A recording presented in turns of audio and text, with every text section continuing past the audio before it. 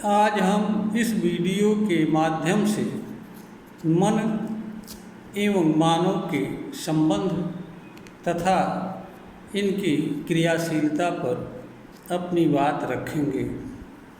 मन मानव के अस्तित्व से जुड़ा हुआ उसका अभिन्न हिस्सा होता है, किंतु दोनों का अस्तित्व एवं अस्तित्व से जुड़े कर्म अलग अलग होते हैं। मन मानव की इच्छा एवं उसकी इच्छा के बिना भी क्रियाशील रहता है। यह मानव के लिए अनियंत्रित घोड़े के समान प्रतीत होने वाली चीज़ भी होता है। इसका कारण यह है कि मनुष्य का मन असंख्य ऐसी चीज़ों से हमेशा जुड़ा रहता है या जुड़ता रहता है और क्रियाशील रहता है, जिन पर मनुष्य का नियंत्रण नहीं होता है। इसलिए मनुष्य ऐसी चीज़ों के माध्यम से होने वाली मन की क्रियाशीलता को रोकने की क्षमता नहीं रखता है। यही कारण है कि मन को मनुष्य पूर्णतया रोकने या अक्रियाशील रखने की भी क्षमता नहीं रखता है। मन मनुष्य की इच्छा एवं बिना इच्छा दोनों पर के अनुसार क्रिया व कर्म करता है। मन मनुष्य के कर्म का साधन होता है। मनुष्य अपने तर्क, विचार, निर्णय, समझ, बुद्धि, विवेक आदि से जुड़ी क्रियाओं को मन के माध्यम से संपादित करता है। मन और मनुष्य दोनों एक क्षण के लिए भी कर्म से विरत रहने की क्षमता नहीं रखते हैं। मन उस समय भी क्रियाशील रहता है जब मनुष्य सोता रहता है। मनुष्य के सोने की अवस्था में मनुष्य का मन सिर्फ उसकी क्रियाशीलता धीमी पड़ जाती है। वह सुषुप्ता अवस्था में रहते हुए क्रियाशील रहता है और कर्म करता रहता है, किंतु कभी कभी सोते अवस्था में किसी चीज़ से जुड़ जाने पर मनुष्य का मन क्रियाशील हो उठता है। ऐसी अवस्था में मनुष्य का शरीर तो कोई कार्य नहीं करता है, मनुष्य का शरीर तो वैसे ही पड़ा रहता है, किंतु मनुष्य का मन इस रूप में कार्य करता है जिस रूप में मनुष्य जागने की अवस्था में उसका मन कार्य करता है। इसीलिए मनुष्य को स्वप्न की अवस्था में यह बोध होता है जैसे वह जागने की अवस्था में कोई कर्म कर रहा हो और उसी तरह से सब कुछ उसे एहसास होता है। किंतु जब वह स्वप्न से दूर होता है या मनुष्य का स्वप्न टूटता है तो वह स्वयं को बिस्तर पर पड़ा हुआ पाता है और उसे यह लगता है कि वह तो यहीं पड़ा हुआ है। अधिकतर स्वप्न की बातें मनुष्य को भूल जाती हैं, कुछ बातें याद भी रहती हैं। स्वप्न में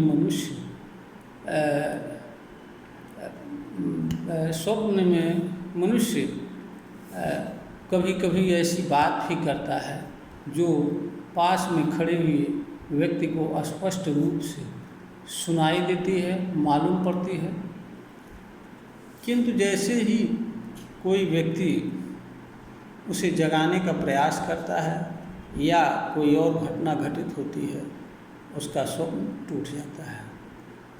मनुष्य की इस अवस्था को स्वप्न की अवस्था कहा जाता है। मनुष्य का मन मनुष्य के लिए कर्म ही नहीं, भोग उपयोग का भी साधन होता है। मन मानव के लिए अनुभूतियों का साधन होता है। इसी के माध्यम से मनुष्य सुख दुख व आनंद जैसी चीज़ों की भी अनुभूति करता है। मनुष्य के जीवन में मन का अत्यंत महत्वपूर्ण स्थान होता है। समस्त मानवीय क्रियाशीलता का आधार मन होता है। मनुष्य के समस्त विचार एवं भाव मन में ही भरे रहते हैं। मन के संदर्भ में मनुष्य की दो अवस्था होती है। या तो मनुष्य का मन मानव के अनुसार क्रियाशील रहता है या मानव मन के अनुसार क्रियाशील होता है। यानी कि या तो मन मनुष्य के अनुसार कर्म करता है या मन के अनुसार मनुष्य कर्म करता है। मनुष्य जब मन के अनुसार कर्म करता है तो वह मन का गुलाम होकर के कर्म करता है। मन जो चाहता है वह मनुष्य से करवा लेता है। मनुष्य चाह करके भी मन पर नियंत्रण नहीं रख पाता है। मनुष्य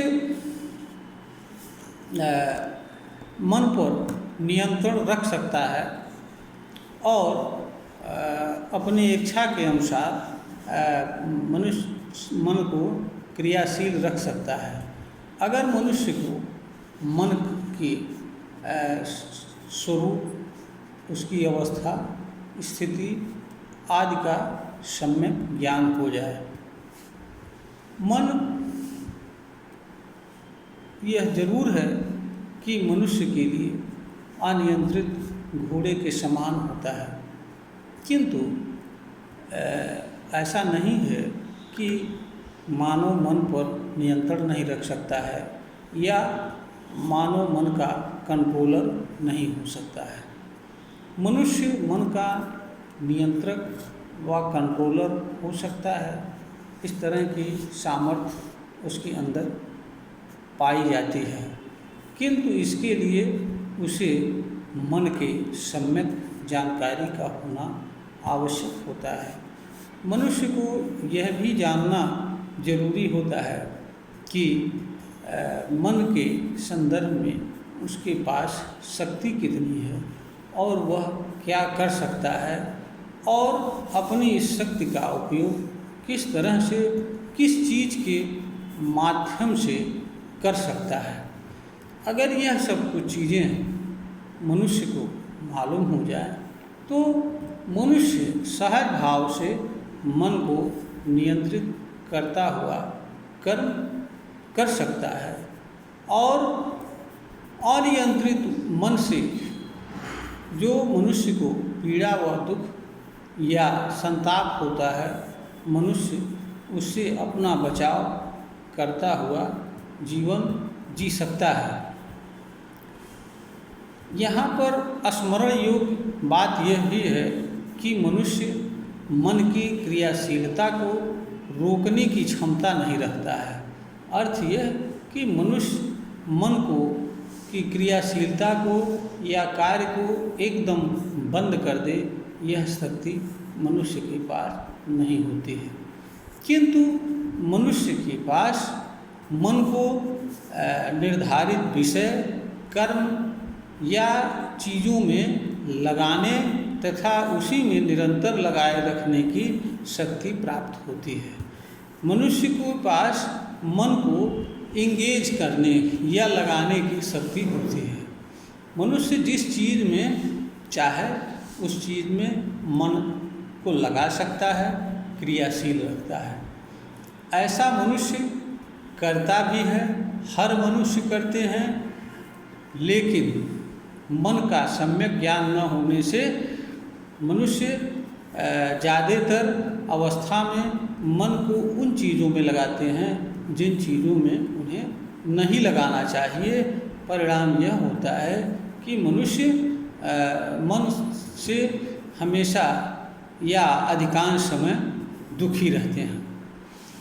अगर मनुष्य को मन की अवस्था और मन का मानव जीवन में उपयोग क्या है, मन को किस रूप में मनुष्य द्वारा उपयोग किया जाना चाहिए, क्या समझा जाना चाहिए, उक्त बातों का मनुष्य को ठीक ठीक ज्ञान हो जाए तो मनुष्य मन का सम्यक उपयोग कर सकता है। मन के बारे में मनुष्य को जो भ्रम होता है, या यह कहिए कि मन का मनुष्य सम्यक तरीके से ज्ञान नहीं कर पाता है, उसका एक कारण यह भी है कि मनुष्य को मन के वास्तविक स्वरूप एवं अवस्था का पता न होना। दूसरा, मनुष्य के लिए मन अनेक चीज़ों के रूप में उपयोगी होता है, कार्य करता है, और अनेक रूपों में मनुष्य मन का उपयोग भी करता है।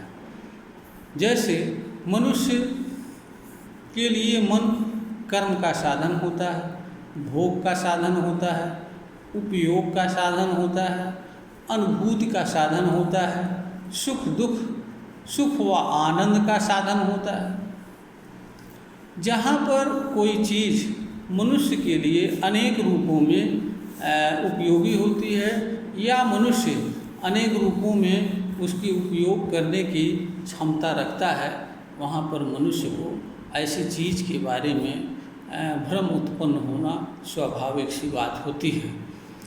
और ऐसी चीज़ों के संदर्भ में ध्यान देने योग्य बात यह भी है कि ऐसी चीज़ों को मनुष्य जिस रूप में समझता है, ऐसी चीज़ें उसी रूप में मनुष्य के लिए कार्य करती हैं और अपना मनुष्य पर प्रभाव छोड़ती हैं।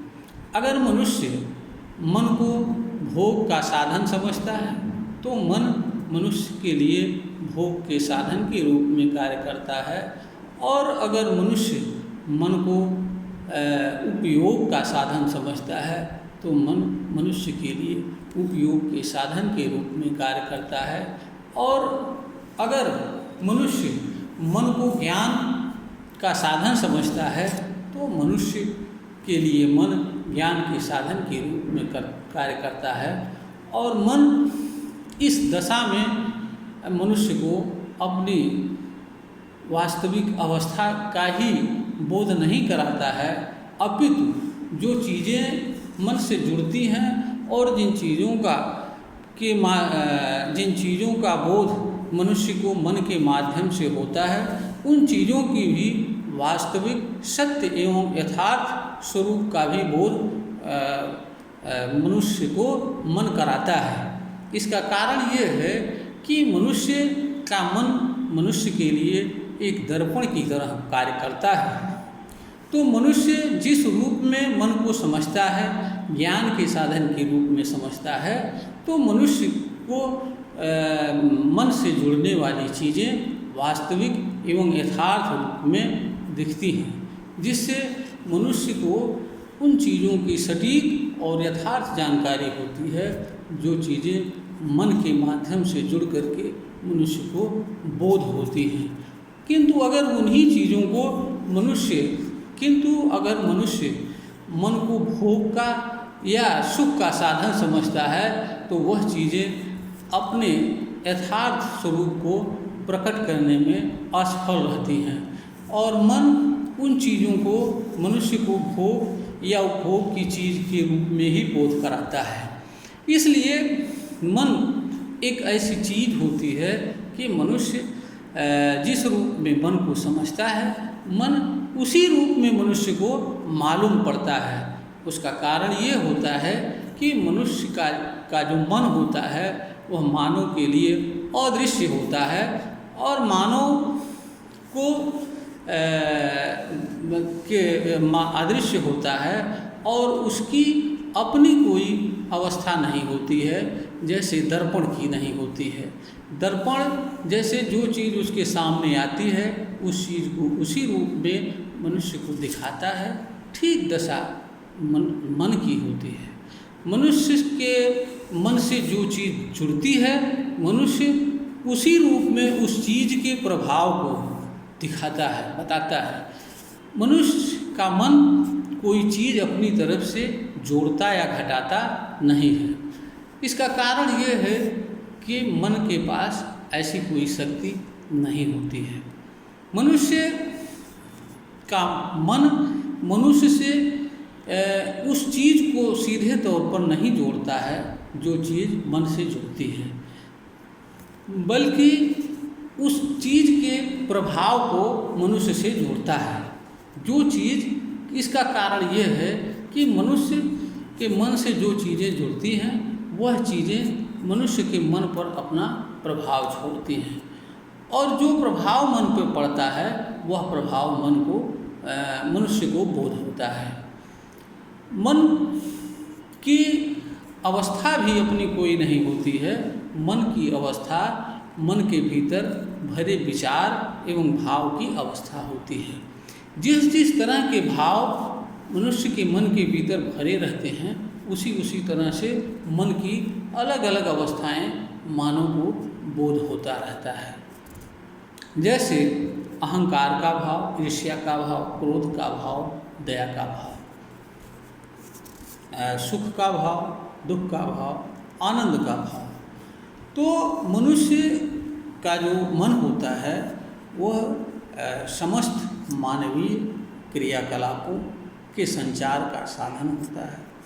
मनुष्य का मन मनुष्य के लिए ज्ञान का साधन होता है, उपयोग का साधन होता है, भोग का साधन होता है और सुख दुख जैसी चीज़ों की अनुभूति का भी साधन होता है।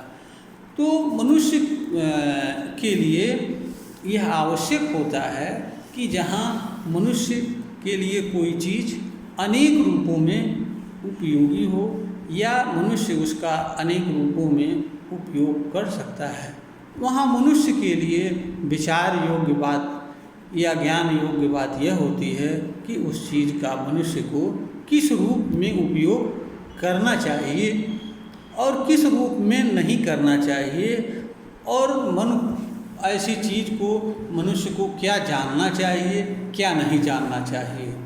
जैसे मन मनुष्य के लिए अनेक रूपों में कार्य करता है। तो यहाँ पर विचारणीय प्रश्न ये है कि मनुष्य मन को सुख का साधन समझे, भोग का साधन समझे, उपयोग का साधन समझे या ज्ञान का साधन समझे। यहाँ पर यही ज्ञानी और अज्ञानी मानव के बीच फर्क होता है। ज्ञानी मनुष्य किसी चीज़ को ज्ञान का साधन समझता है, उसे भोग उपयोग एवं सुख दुख का साधन नहीं समझता है।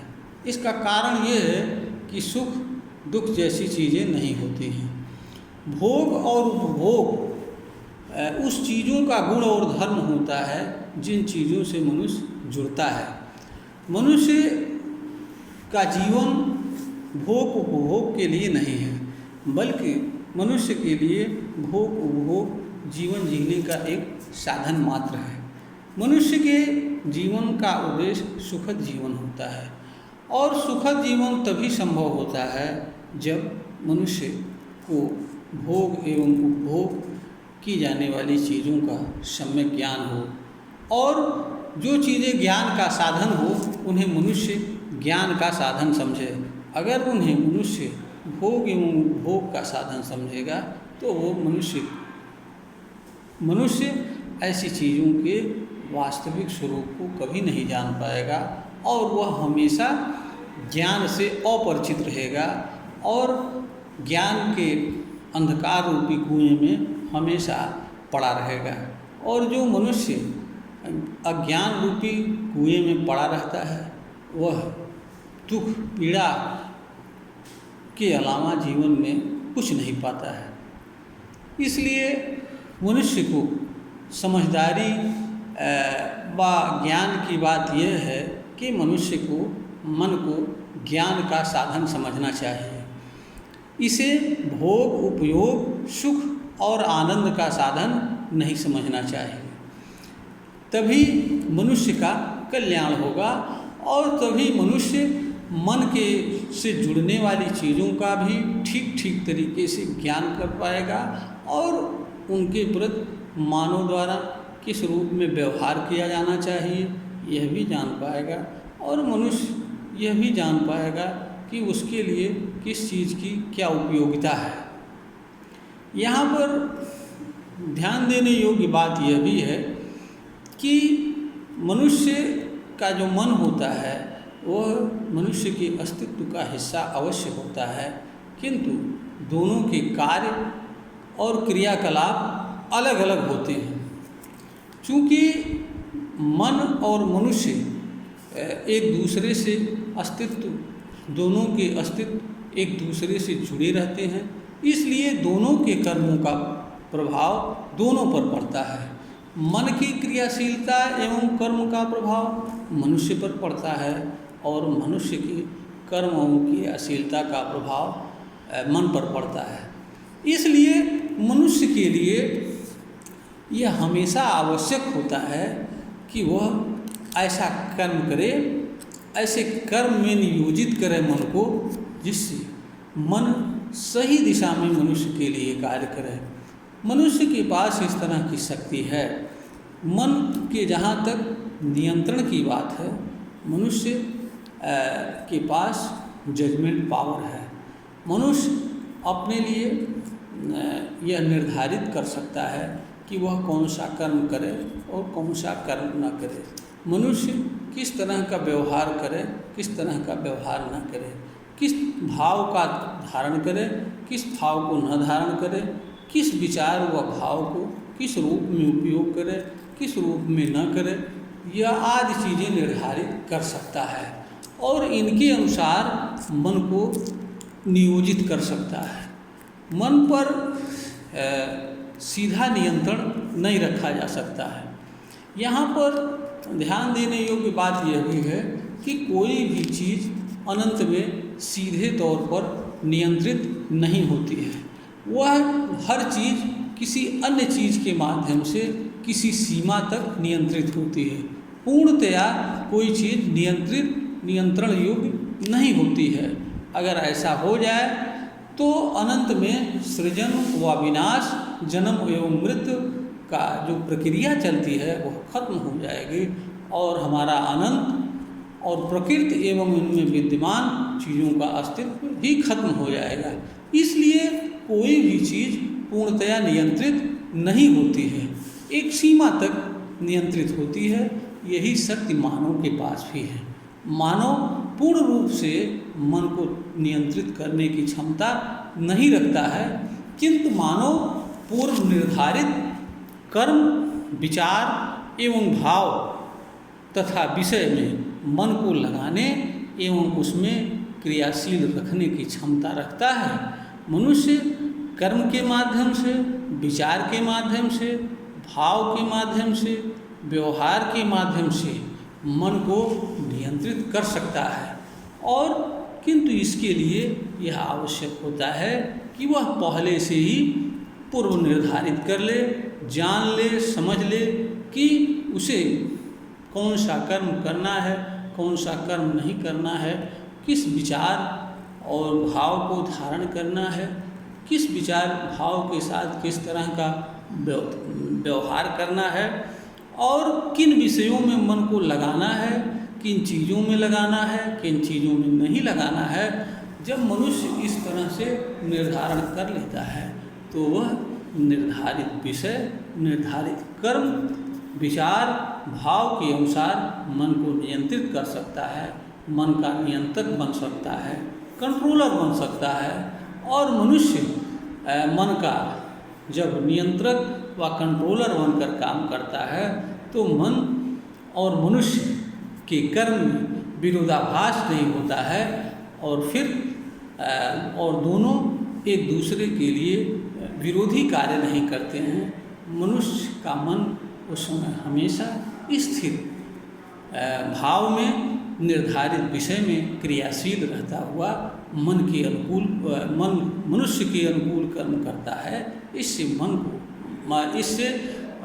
मानव को मन द्वारा किए जाने वाले कर्म अनुकूल लगते हैं, मानव को सुखद जीवन महसूस होता है और मनुष्य शांत भाव से स्थिर भाव से अपना कर्म करता हुआ जीवन जीता है। उसे कर्मजन्य या मन से होने वाली पीड़ा से मुक्त रहता है। यह वीडियो ज्ञानवर्धन हेतु बनाया गया है, प्रेषित किया जा रहा है श्रोतागण को। अगर यह प्रतीत होता है कि यह वीडियो ज्ञानवर्धन के योग्य है, इसे लाइक करें, सब्सक्राइब करें, शेयर करें।